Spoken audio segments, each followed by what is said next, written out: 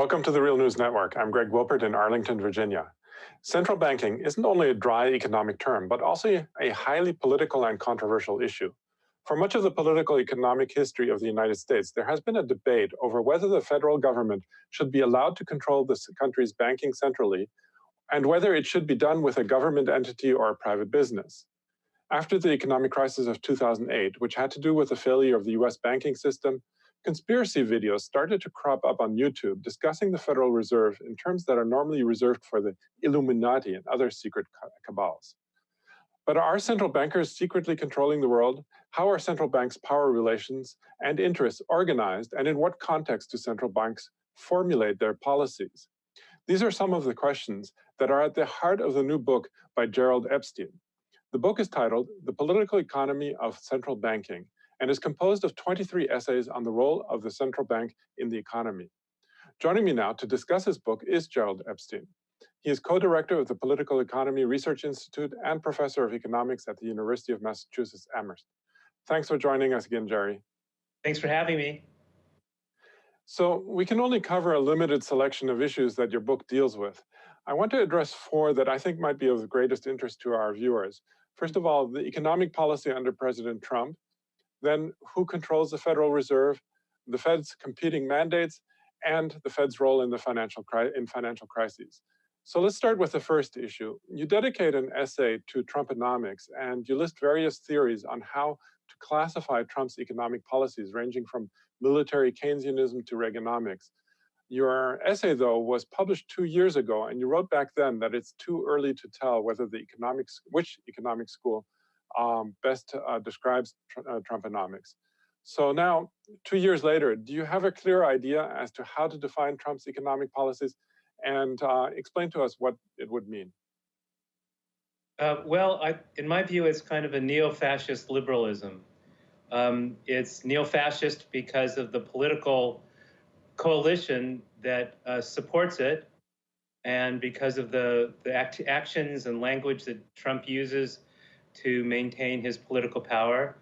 But it's also a type of liberalism, and economically, that's in the European sense, because it promotes free market liberalization in key areas, oil and natural gas, the fossil fuel industry for one, the banking industry for another. So it's an amalgam of pro-business kind of liberalism with a structure, a political structure of fascism and authoritarianism. Yeah, can you say a little bit more as to what you mean by its economic structure being related to neo-fascism and authoritarianism? In what way does it express itself? Well, it expresses that, first of all, in the policies and the rhetoric about xenophobia, white supremacy, and nationalism, the America First ideology and policies, and the anti-democratic actions that Trump and his administration has been taking against the Congress and the courts and the bureaucracy, et cetera. So all of that is an authoritarian sort of neo-fascist political structure. In terms of the economics, it has the guise of being a very nationalist-oriented economics, and there's some aspects where it might be seen that way in terms of the trade war with China and so forth. But most of those actions that are actually taken are in support of big business. So a lot of the contest with China is about protecting intellectual property rights, which has very little or nothing to do with improving the living standards of working class Americans,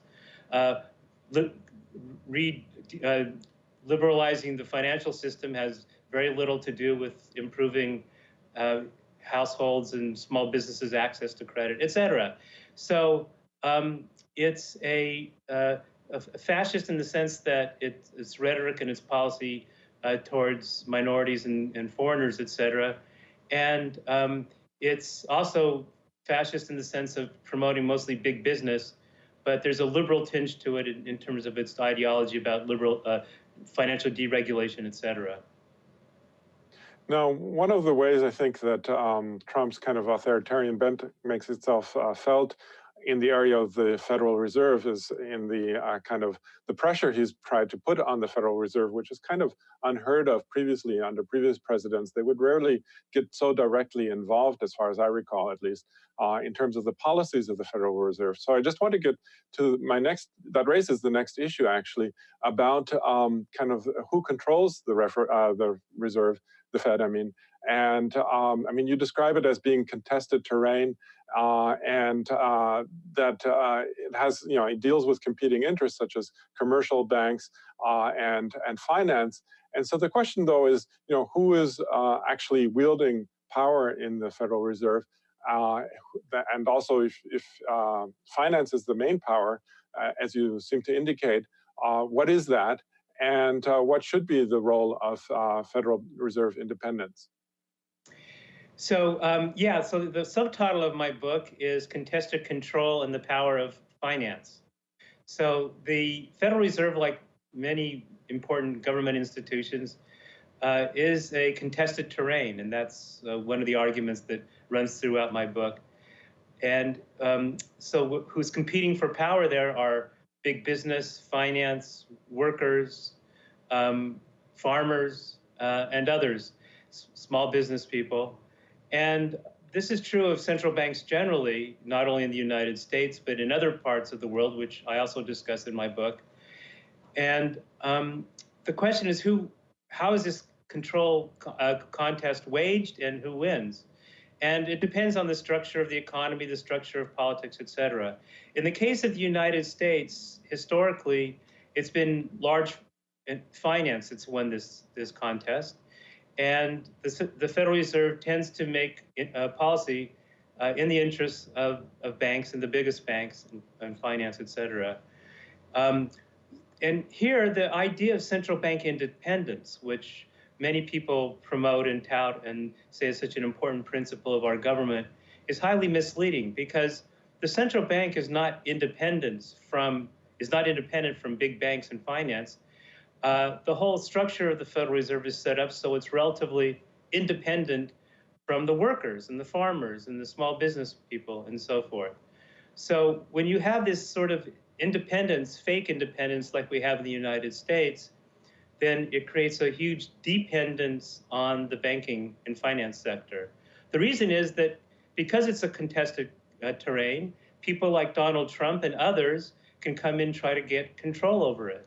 And so the Federal Reserve, that values its power, has to have a constituency that will help protect it from the Donald Trumps of the world and others.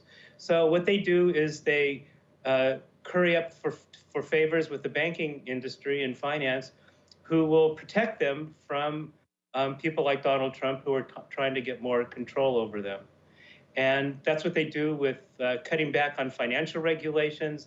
That's what they do with pursuing monetary policies that help bank profits more than wages and employment, et cetera.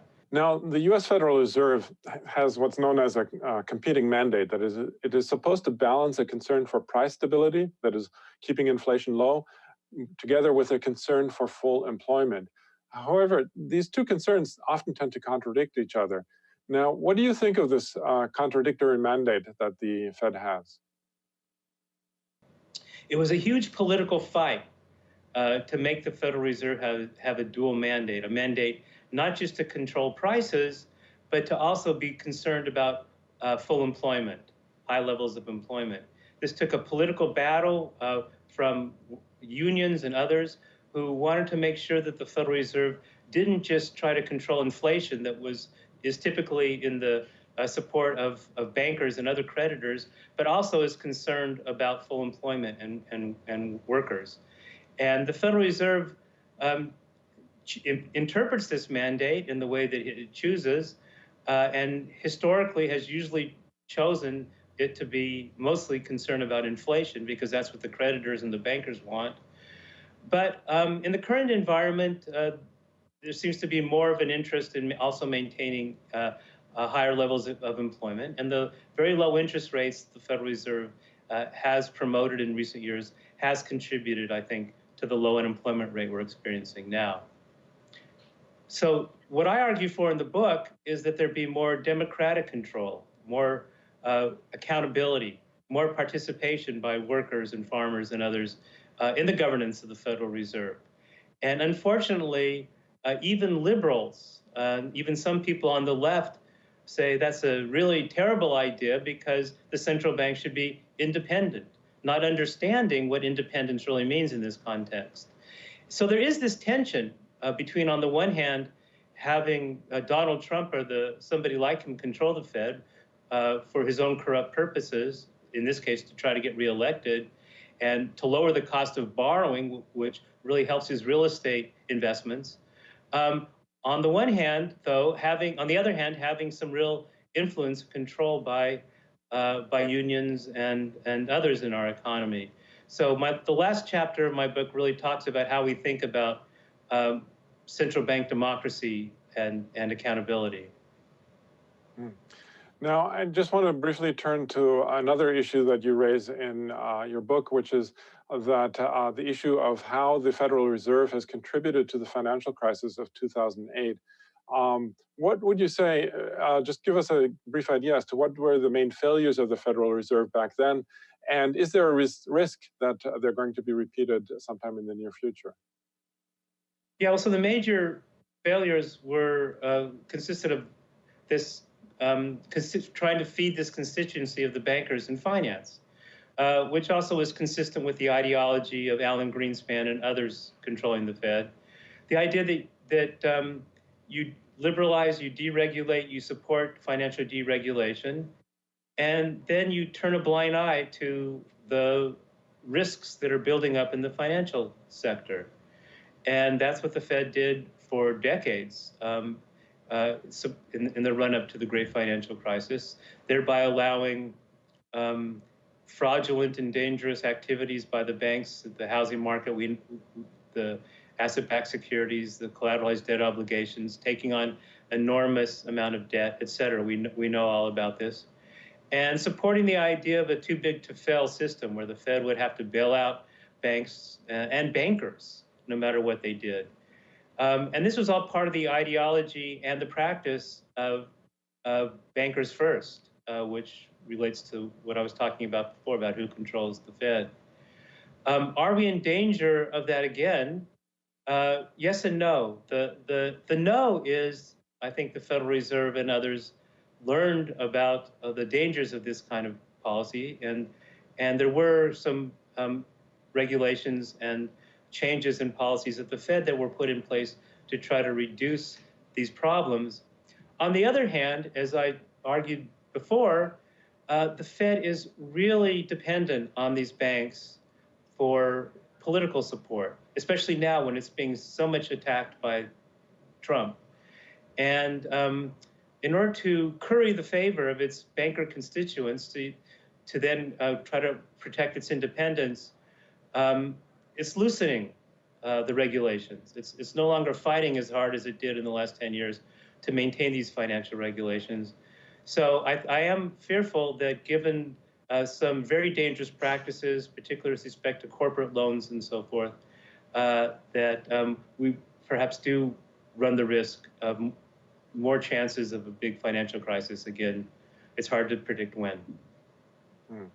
Okay, well, we're going to have to leave it there for now, but I'm sure we'll come back to you again as those kinds of things develop, which, as you mentioned, are a definite possibility.